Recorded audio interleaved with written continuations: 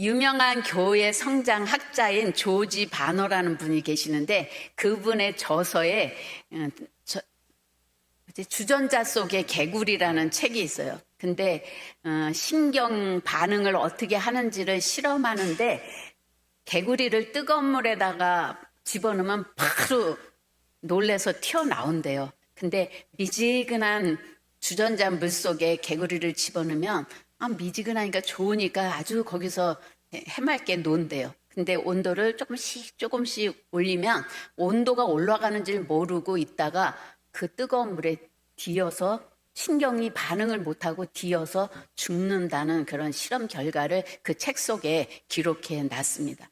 오늘 이 조지 바너는 오늘날의 그리스도인들이, 오늘날의 교회가 주전자 속의 개구리와 흡사하다. 그렇게 그분은 이야기를 합니다. 어떤 사람은 삶의 무게가 너무 무거워서, 또 어떤 사람은 이루고 싶은 자신의 성공과 자기의 계획을 향해서 너무 분주하게 달려가느라고, 또 어떤 사람은 오늘의 이 쾌락과 이 세상의 그 즐거움을 만끽하기 위해서 열심히 달려가는데 서서히 자기의 영이 죽어가고 있는 것을 인지하지 못하는 그리스도인들, 그러한 교회가 많다는 겁니다. 오늘 열심히 주일날 와서 예배 드리고 봉사하고 있으니까 신앙생활을 아주 잘하고 있다고 착각하는 사람들도 많이 있습니다. 세상의 물질주의에 오염되어서 하나님 대신 물질을 내 주인으로 삼고 돈만을 생각하며 살아가는 성도들, 신앙생활 하지만 그들은 하나님은 마치 자기를 돕는 종과 같이 그렇게 대우하면서 신앙생활을 아주 잘하고 있다고 그렇게 생각을 합니다. 하나님의 통치와 다스림을 받는 영이 아니면 그 영은 죽은 영이라고 말씀드릴 수가 있습니다. 계시록 3장 1절에서 3절의 말씀을 들어보시겠습니다. 사대 교회의 사자에게 편지하라. 하나님의 7 영과 7 별을 가지신 이가 이르시되 내가 내 행위를 아노니 내가 살았다 하는 이름을 가졌으나 죽은 자로다. 너는 일깨어 그 남은 바 죽게 된 것을 굳건하게 하라. 내 하나님 앞에 내 행위에 온전한 것을 찾지 못하였노니 그러므로 내가 어떻게 받았으며 어떻게 들었는지 생각하고 지켜 회개하라. 만일 일깨지 아니하면 내가 도둑같이 이르리니 어느 때에 내게 이르는지 내가 알지 못하리라. 아시아에 있는 7 교회에게 하시는 말씀 중에 그 중에 사대 교회에게 하는 말입니다. 네가 살아있다 하나 실상은 죽은 자다. 그렇게 이야기를 합니다. 사대 교회는 교회예요. 열심히 예배도 드리고 신앙생활도 해요. 근데 하나님이 보시기에 니네는 겉모양은 살아있는 것 같지만 너는 죽은 자야. 그렇게 오늘 이야기를 합니다. 사대 교회는 두아디라 남동쪽에서 약 48km를 내려가면 지금의 터키에 옛 지명인 리디아가 있는데 거기 수도가 바로 사대였습니다. 이 도시는 상업적으로 매우 번성한 도시였고 또 무역의 요충지였습니다. 그래서 그들은 염직 공업이 발달돼서 양털을 이제 염색하고 또 사금을 채취해갖고 그 금을 무역하면서 아주 부강한 삶을 사는 그런 도시였습니다.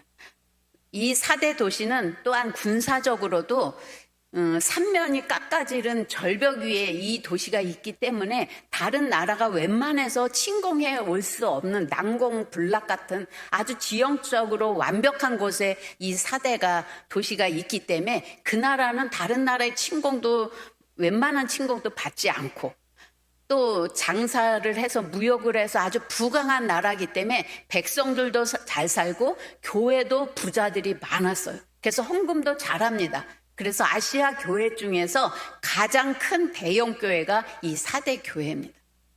근데 이러한 도시 안에 속한 사대 교회 교인들도 역시 세상과 타협하면서 자만과 안일에 빠져 있어서 서서히 생명력을 잃어가고 있었습니다.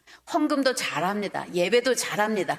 교회도 아름답게 크게 건축했습니다. 그래서 자신들은 겉으로는 하나님을 잘 섬긴다고 생각을 했고 힘있게 하나님을 섬긴다고 생각을 했지만 실상은 너희는 영이 죽은 자다. 그렇게 오늘 이야기를 합니다. 왜냐하면 겉은 화려하고 훌륭해 보이지만 다른 초대교회들은 핍박을 많이 받았어요. 복음을 힘있게 증거하다 보니까 핍박들도 많이 받고 충돌도 많이 받았어요. 근데 이 사대교회는 유대교회하고도 잘 타협하고 헬라인, 로마인하고도 적당히 타협하면서 핍박을 받지 않고 아주 화목하게 잘 지냈어요. 그래서 사대 교회는 육신적으로는 평안한 삶을 살아갔어요.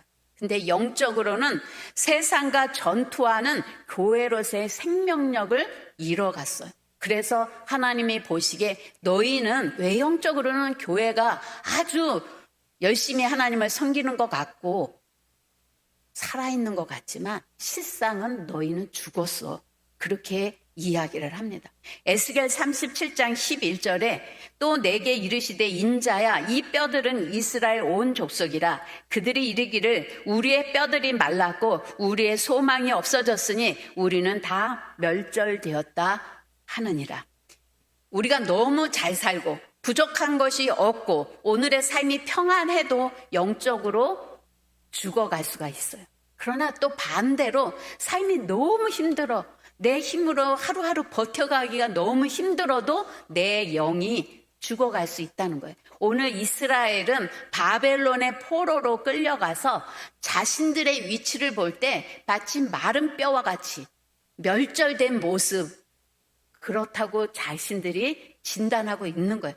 살아있으나 살아있는 게 아니라 죽은 거와 같다. 나의 지금의 처지가 그렇게 이야기를 하고 있습니다. 그러나 오늘 에스겔 선지자를 통해서 하나님은 마른 뼈들이 다시 살아나는 환상을 보여주신 하나님이 오늘 이 뼈들이 살겠느냐 그렇게 물으십니다. 오늘 우리에게도 너무 삶이 편안해서 하나님을 찾지 못해서 영이 죽거나 아니면 너무 삶이 힘들고 버거워서 하나님 찾을 기력도 없어서 영이 죽었거나 하나님은 살리실 수 있는 하나님이십니다. 창세기 2장 7절에 하나님이 인간을 창조하시고 흙으로 사람을 지으시고 생기를 그 코에 불어넣으시니 사람이 생명이 된지라. 생기를 불어넣으시니 산자가 되었다는 거예요. 흙으로 사람을 지었을 때는 외형적으로는 사람이었지만 하나님이 그 코에 생기를 불어넣어야 살아있는 생명체가 된다는 것을 이야기합니다. 우리는 살아있으려면 하나님의 생기가 우리 안에 불어넣어져야 진정으로 살아있는 자가 되는 겁니다. 유다가 바벨론의 포로로 끌려가서 죽음과 같은 고통을 겪게 된 것은 하나님을 섬기면서도 하나님이 그들을 살리는 생명임을 알지 못했어요. 오늘 돈이 힘 있는 국가가 그 힘 있는 어떤 사람이 자기의 생명을 준다고 생각을 해서 우상 숭배한 것이 결국 마른 뼈와 같은 신세로 전락한 것을 볼 수가 있습니다. 오늘 여러분은 힘들고 어려운 이 삶 속에서 나를 살릴 수 있는 것은 돈이고 취업이고 결혼이라고 생각할지 모르지만 여러분이 하나님의 영의 통치와 다스림을 받지 못하면 그 어떤 모든 것들을 가졌다 할지라도 여러분은 살아있는 것 같으나 죽은 자예요. 성공한 것 같으나 실패한 자예요. 여러분이 진정으로 살아있는 생명력 있는 삶을 살아가려면 하나님의 영에 민감하고 하나님의 영의 다스림을 받는 자가 진정으로 살아있는 자라고 말할 수가 있습니다.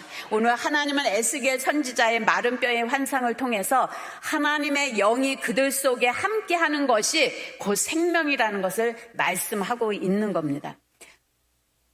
바벨론 포로 생활로 말미암아 죽은 줄 알았던 이스라엘 백성들이 다시 살아날 것을 예언했는데 이것은 꿈도 꾸지 못할 일이에요.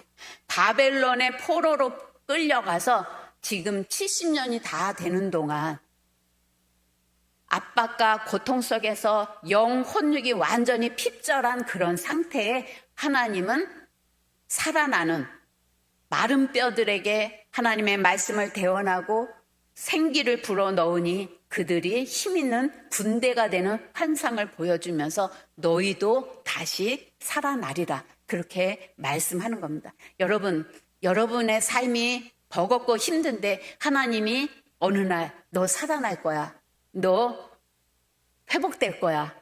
너 성공할 거야. 믿어지세요? 설마 그럴 수도 있죠. 오늘 에스겔 선지자를 통해서 이스라엘 백성은 이 예언의 말씀대로 뼈들이 살이 붙고 심줄이 붙어서 살아났어요. 외형적으로는 사람이에요. 근데 생명은 없어요. 이거는 외형적으로 이스라엘이 바벨론의 포로에서 기안에서 살아나는 외형적으로 나라가 있는 회복을 말씀을 하세요.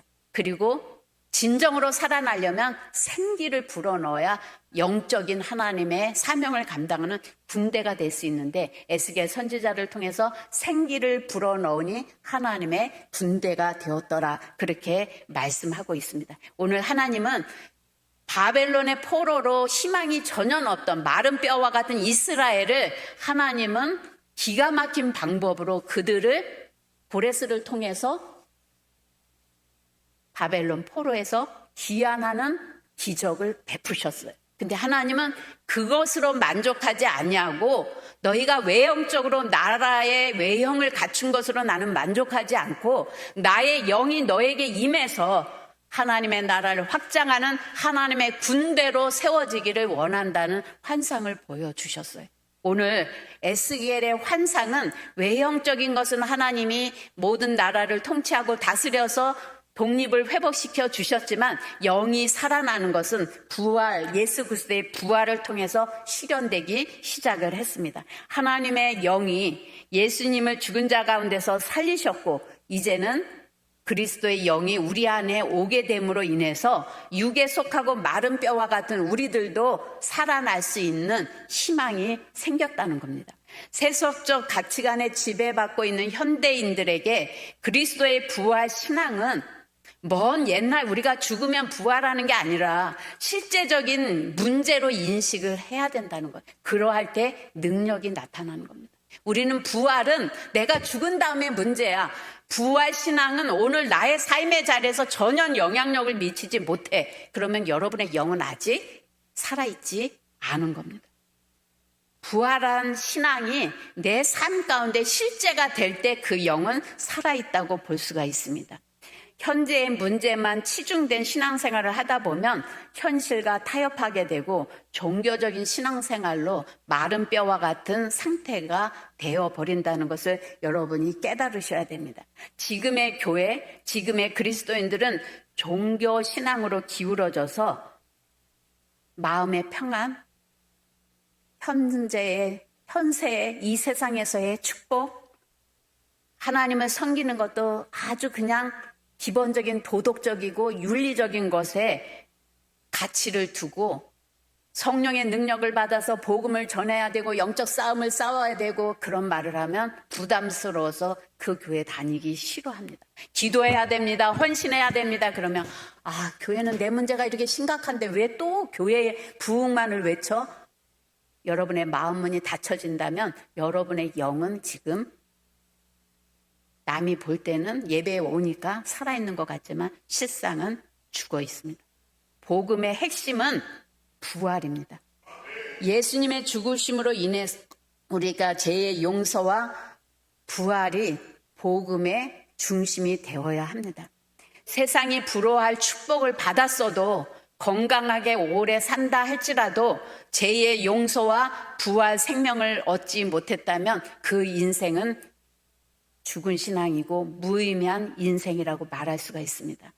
여러분의 신앙생활에 부활 신앙이 여러분의 삶의 모든 판단 기준, 여러분의 문제 해결에 작동하고 있습니까? 아니면 세상의 가치 기준으로 작동하고 있습니까? 여러분의 영을 오늘 판단하시기 바랍니다.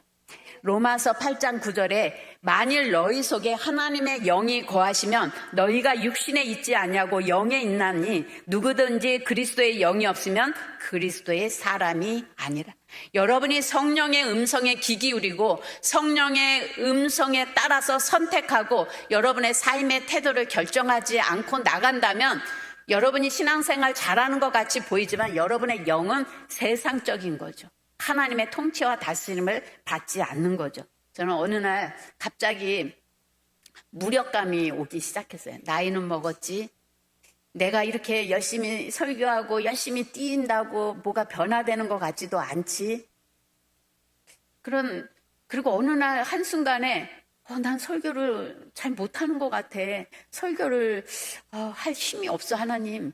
난 능력이 너무 없는 것 같아요. 난 너무 무력하고 무기력한 것 같아요. 그런 마음이 막 이렇게 스물스물 저를 엄습해 오기 시작했어요. 그래서 다 내려놓고 싶다. 다 아무것도 못하겠다. 막 그런 생각이 저도 들어요. 여러분만 그런 게 아니라. 그래서 새벽에 나와서 막 기도를 하면서 하나님, 난 이제 한계를 느껴요. 하나님이 은혜를 주지 않으면 나는 아무것도 못해요. 여지껏 하나님의 은혜로 내가 설교했고 주님의 은혜로 내가 여지껏 이렇게 살았고 주님의 은혜로 그래도 이 정도의 존중을 받으면서 내 인생을 마쳤는데 주님이 은혜를 주시지 않으면 난 여기서 모든 걸 접을 수밖에 없어요. 감동도 없고 뭐 영감도 없고 그냥 밋밋한데 내가 쥐어 짜서 짜집기 인터넷 뒤져갖고 짜집기 해서 설교? 그렇게는 저는 못하겠어요. 하나님, 주님 나를 그만 쓰시려면 은혜를 주든지 말든지 감동을 주든지 말든지 마음대로 하세요. 더는 못해요. 그렇게 하나님 앞에 투덜투덜 대면서 여기를 왔다 갔다 하는데 하나님이 그런 감동을 주세요. 그래, 네 힘으로 안 돼. 네 능력으로 안 돼. 그렇지만 내 영이 임하면 할 수 있잖아. 내 영을 왜 안 구하니?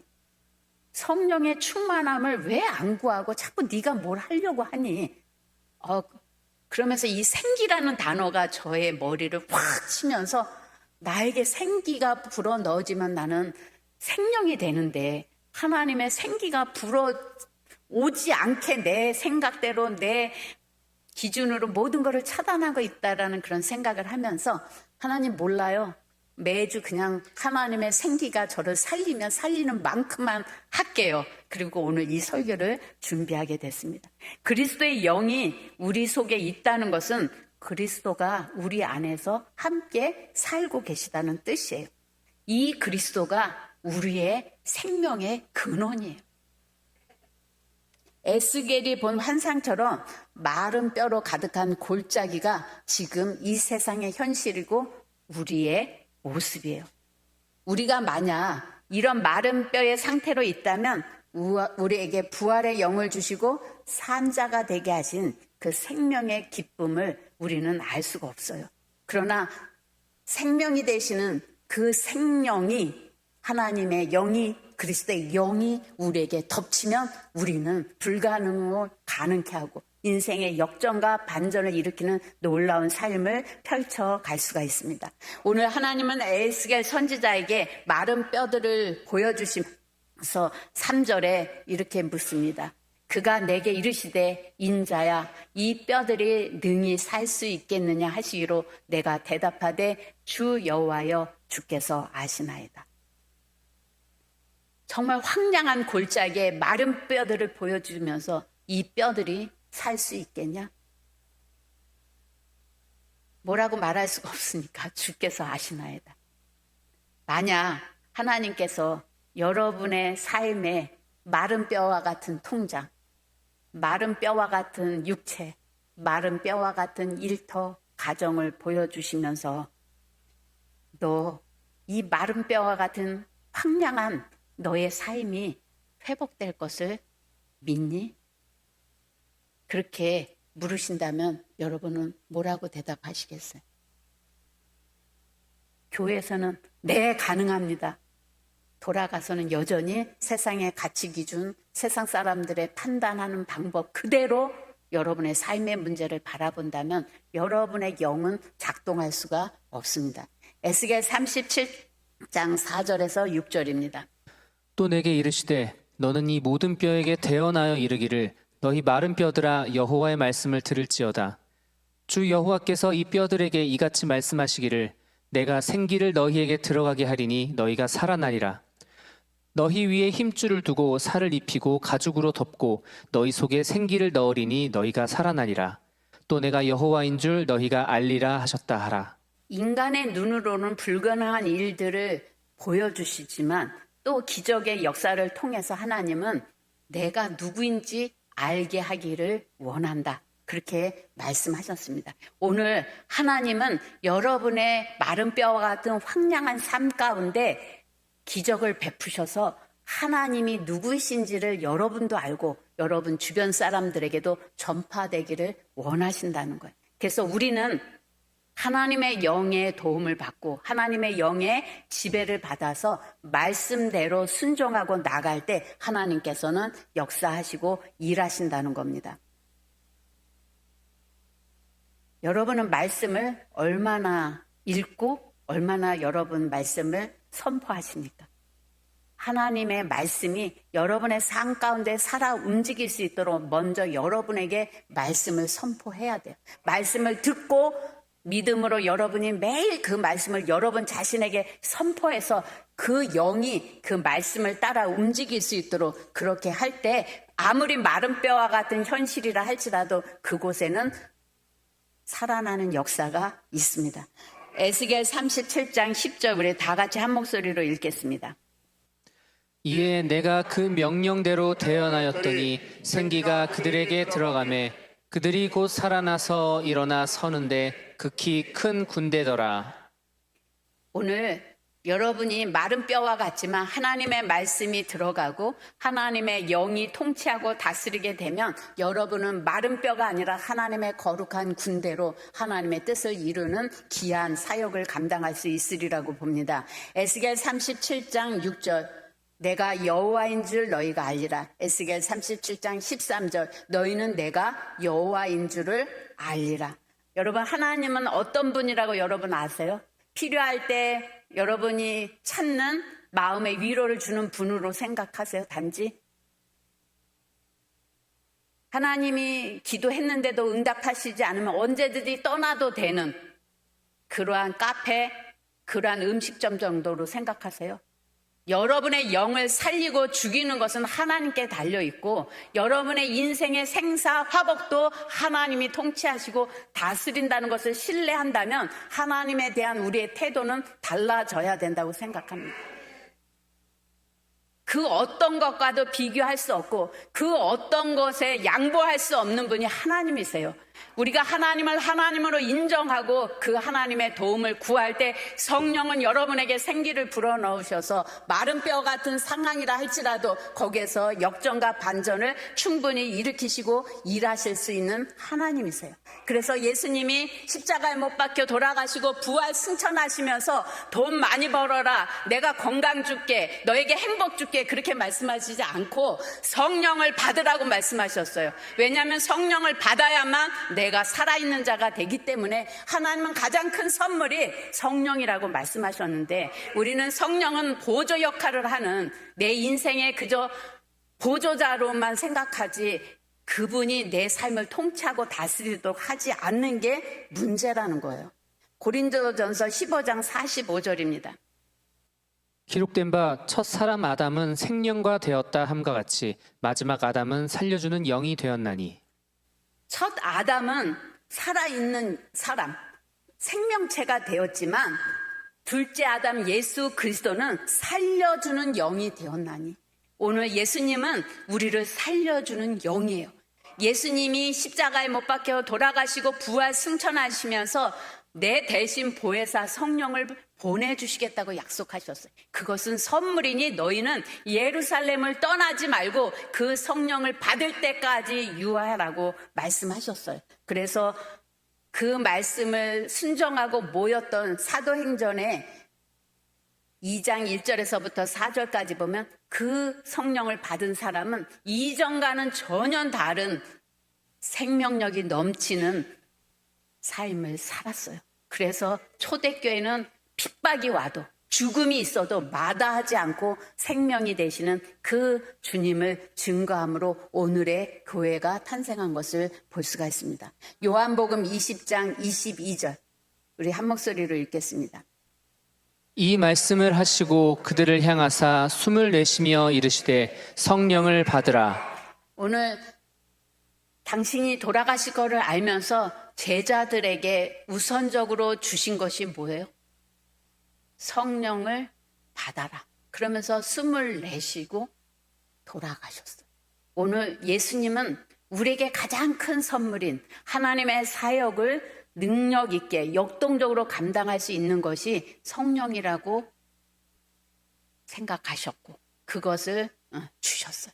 근데 우리는 자꾸 성령은 그냥 그 많은 것 중에 하나로 생각을 하면서 살기 때문에 우리의 영은 자꾸 죽어가는 거예요. 갈라디아서 5장 25절 NIV 번역본으로 제가 읽으면 이런 말씀. 만일 성령이 우리 생명의 원천이라면 성령께서 우리 인생길을 지독해 하리라고. 이해되세요? 만일 성령이 우리의 생명의 원천이라고 믿는다면 성령께서 우리 인생길을 지독해 하라는 거예요. 우리의 인생의 삶의 문제가 아니라 성령 하나님이 내 인생을 지도하시고 이끄시고 도우시도록 성령의 도움을 요청받지 않는 여러분의 영이 죽은 상태가 문제라는 것을 여러분이 이 시간 진단하시고 그 어느 때보다 하나님 나는 머리가 안 좋아요. 하나님 나는 지혜가 없어요. 나는 돈이 없어요. 나는 가정 환경이 안 좋아요. 그 모든 것들은 문제가 아닙니다. 오늘 성령 하나님의 뭐라 그럴까? 다스림을 받고 성령 하나님이 여러분을 붙잡으시면 여러분은 얼마든지 하나님의 위대한 일을 감당할 수 있고 여러분의 인생에 아름다운 하나님의 뜻을 펼쳐나가고 꽃을 피울 수 있으리라고 봅니다. 오늘 죽은 자와 같은 삶이 아니라 우리도 부활의 능력이 되시는 예수님을 통해서 여러분의 삶 속에서 죽어가는 사람을 살리는 자가 되시기를 바랍니다. 오늘 어떻게 하면 내가 이 어려운 문제 속에서 버티고 견딜까에 전전긍긍하는 인생이 아니라 죽어가는 사람들을 향하여 하나님의 말씀을 선포하고 그 영혼들을 살려내는 자, 그 죽어가는 공동체를 살려내고 죽어가는 교회들을 살려내는 그러한 믿음의 일꾼들로 다시 살아나는 역사가 있기를 예수님의 이름으로 축복합니다. 우리 이 시간 다 같이 통성으로 기도하실 때 하나님 우리를 죽게 만드는 것은 여러 가지 힘들고 어려운 환경이 아니라 내가 하나님의 영의 통치를 받지 못하기 때문에 그렇습니다. 하나님 내 인생 가운데 성령의 통치와 다스림을 받는 믿음을 허락하여 주시고 늘 성령님과 동행함으로 말미암아 인생의 역전과 반전을 간증하는 삶이 될 수 있도록 나를 축복하여 주시옵소서. 우리 다 같이 통성으로 기도하겠습니다. 아버지 하나님 이 시간 우리가 주 앞에 간절히 소망하며